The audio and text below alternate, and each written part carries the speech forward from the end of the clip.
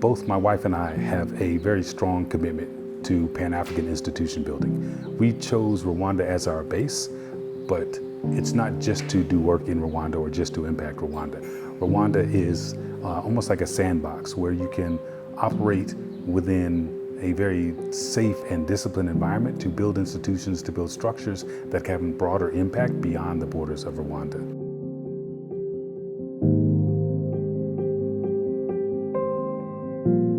My name is Gaidi Faraj. I'm the head of school at the African Olympiad Academy here in Kanombe, Kigali.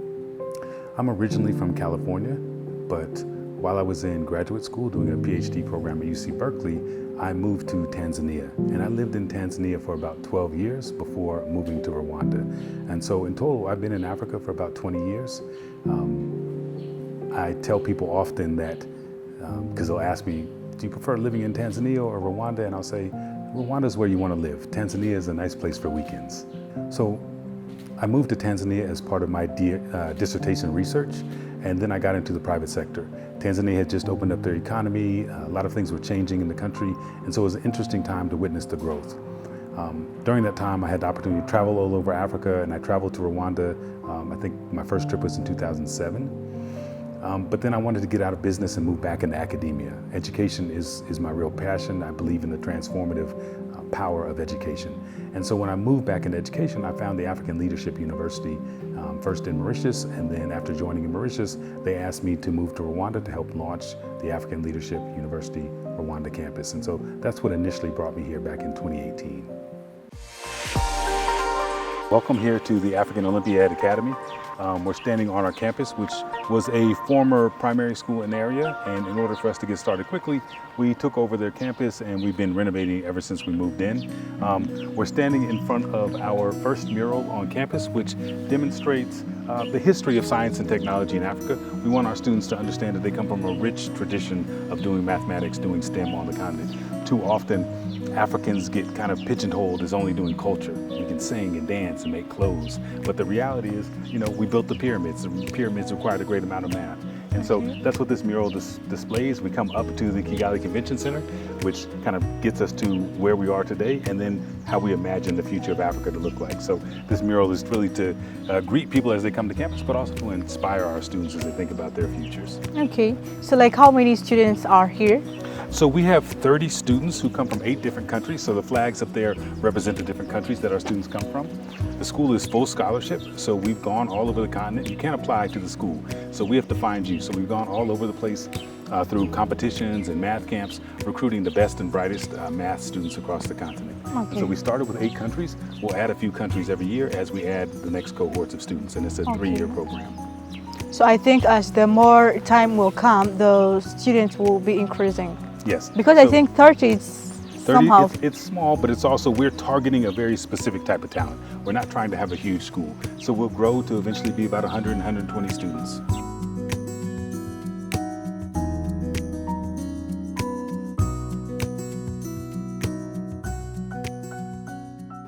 I come from a family that was very politically active in the US, and I have a deep history or understanding of the African continent, African issues, both kind of during the colonial era and post-independence. And so I had always heard about Africa. I was a fan of Julius Nyerere. He put out a call for nation building, inviting Africans from the diaspora to move back to Tanzania and to other countries to help them build after the independence movement. But I was a little young for that. So when I get a chance to travel here as a graduate student, I had already had a deep passion for and understanding of the nation building project. And so in that way, I felt like I was a little bit prepared, both psychologically, but also just in terms of my own personal interests. One of the things that I really appreciate about Rwanda is it is a proof of concept. Rwanda has been able to, in front of the world, rebuild itself through focus, discipline, strategic planning, and a real commitment to institution building. And that's what we're trying to do here at AOA.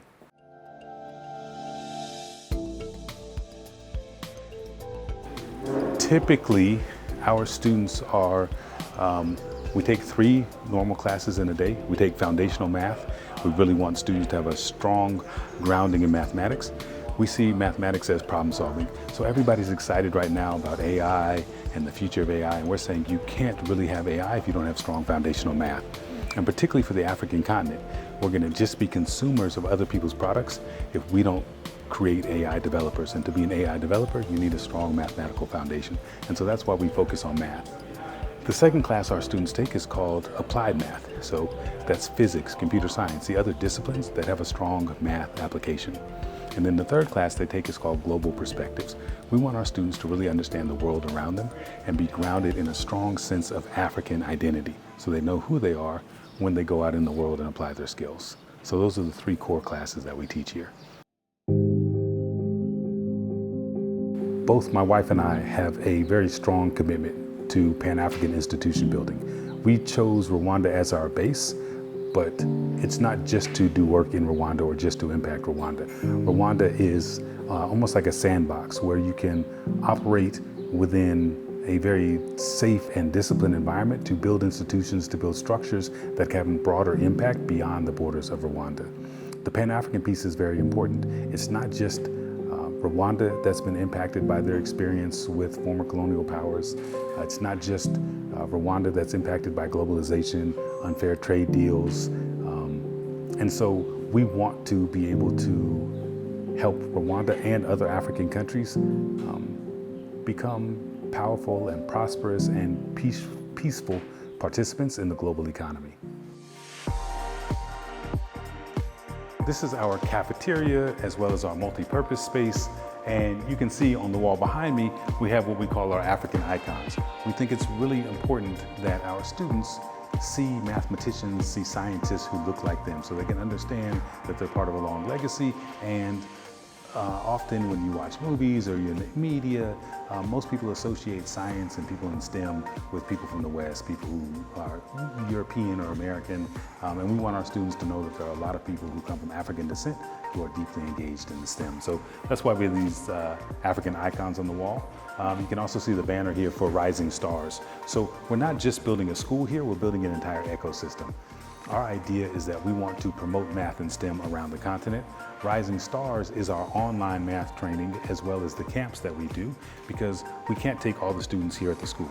So if we find talented students and we want to continue to engage with them, they can do our Rising Stars online training, which happens every weekend, and we actually do it in both English and French to reach the Francophone continent. So like what are the criteria do you base on when you're selecting those students? So the African Olympiad Academy actually grows out of the Rwanda Olympiad program, which was started by one of our co-founders, Arun, back in 2019. And what they've managed to do here is build a system where they'll do an annual competition, a math competition, coordinated with 900 high schools. And so we'll send a math test out to them. The teachers will administer the test and then take pictures of it and upload it to our system, and we'll score the test. And this past year, we had 60,000 students participate. From that initial 60,000, we'll score the test and then invite a second round. And the second round usually reduces to about 10,000 students. They'll do another online exam. That reduces to a couple hundred students who get invited to an in-person camp. From that camp, we have another selection process, and they get invited to a second in-person camp of just about 40 students. And from that 40, we can select our students. What we're doing is preparing students to participate in the International Math Olympiad. It's an annual high school math competition where each country is only allowed to send 6 students. So very small teams to represent their countries in this Math Olympiad program. There's also Pan-African Math Olympiad, and there's also International Physics Olympiads, International Informatics, which is like Computer Science Olympiads. So we're trying to encourage other African countries to build up similar programs to the Rwanda program. So we use Rwanda as a model to kind of scale up math and STEM education across the continent. We chose to launch the African Olympiad Academy here in Rwanda because Rwanda has done a great job of creating an enabling environment for people to start new businesses, new ventures, new institutions. So we've started a nonprofit community foundation that governs the school. We also know that Rwanda is a very safe place, and it's a welcoming place to the rest of the African diaspora. So when you think about having a school, particularly a secondary school, so these kids are not yet adults, we know that they can come in, get student visas, but also their parents can come visit them easily because there's visa on arrival for anybody coming from any African country. So that makes Rwanda a very welcoming place to set up something like a Pan-African boarding school. We also had experience here. So because I had worked at AOU, because my other co-founders had experience here in Rwanda, we had relationships that would also help facilitate getting started very quickly. From when we had our first conversations about the school till when we took our first students was just a year. And that's something you couldn't really do in a lot of other countries. But because Rwanda is very open and welcoming, and they really want to position themselves as a knowledge hub, they made it easy for us to launch a school in just a year of planning.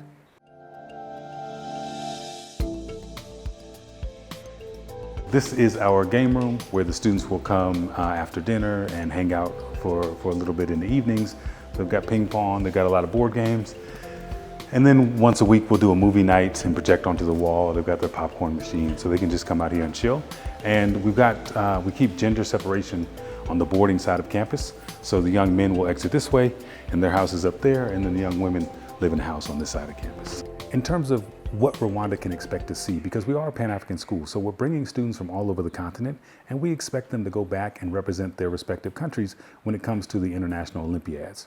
We focus on preparing students for the International Math Olympiads, which are not a very well-known thing among the general population, but the International Math Olympiads are very highly respected within very niche communities. So people in deep tech and deep finance are very familiar with the Math Olympiads, and a student who makes it to the Math Olympiads and performs well, it opens up a lot of doors for them.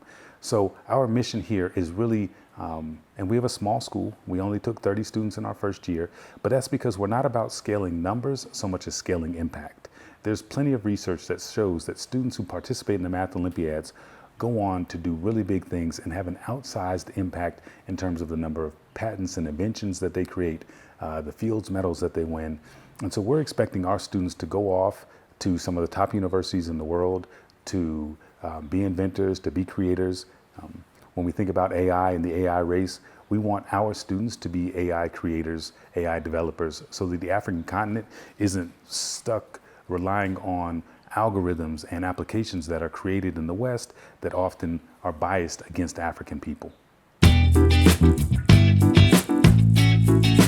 This is our Afrofuturism model, a mural.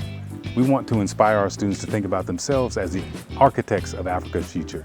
The African Union talks about their Agenda 2063, which is about the Africa we want. And we want our students to realize that they're the ones that are going to bring this about. So if we ever achieve the Africa we want, it will be because our students have been able to build and imagine what that Africa looks like. And so that's the purpose of this mural. It's about inspiring them every day to think about themselves as the builders of the future. So although we focus on developing students and training them for the International Math Olympiad, we have a holistic curriculum. We're very clear that it's not enough for students just to learn math or just to learn computer science. They have to understand the world around them and their place within that world, because we want them to be problem solvers for African issues and for African people. And in order to do that, they really need to understand geopolitics. They need to understand civics, economics, all the other issues. And most importantly, they need to understand history and understand the historical context of how Africa wound up in the place that it is today. And so we have a very holistic curriculum. So anybody who would be concerned, oh, we can't just study math, I would agree with them. And that's why we don't just teach math here at AOA. Yeah, that's what I found for you. So for the Sunday, it's not necessary to... No, or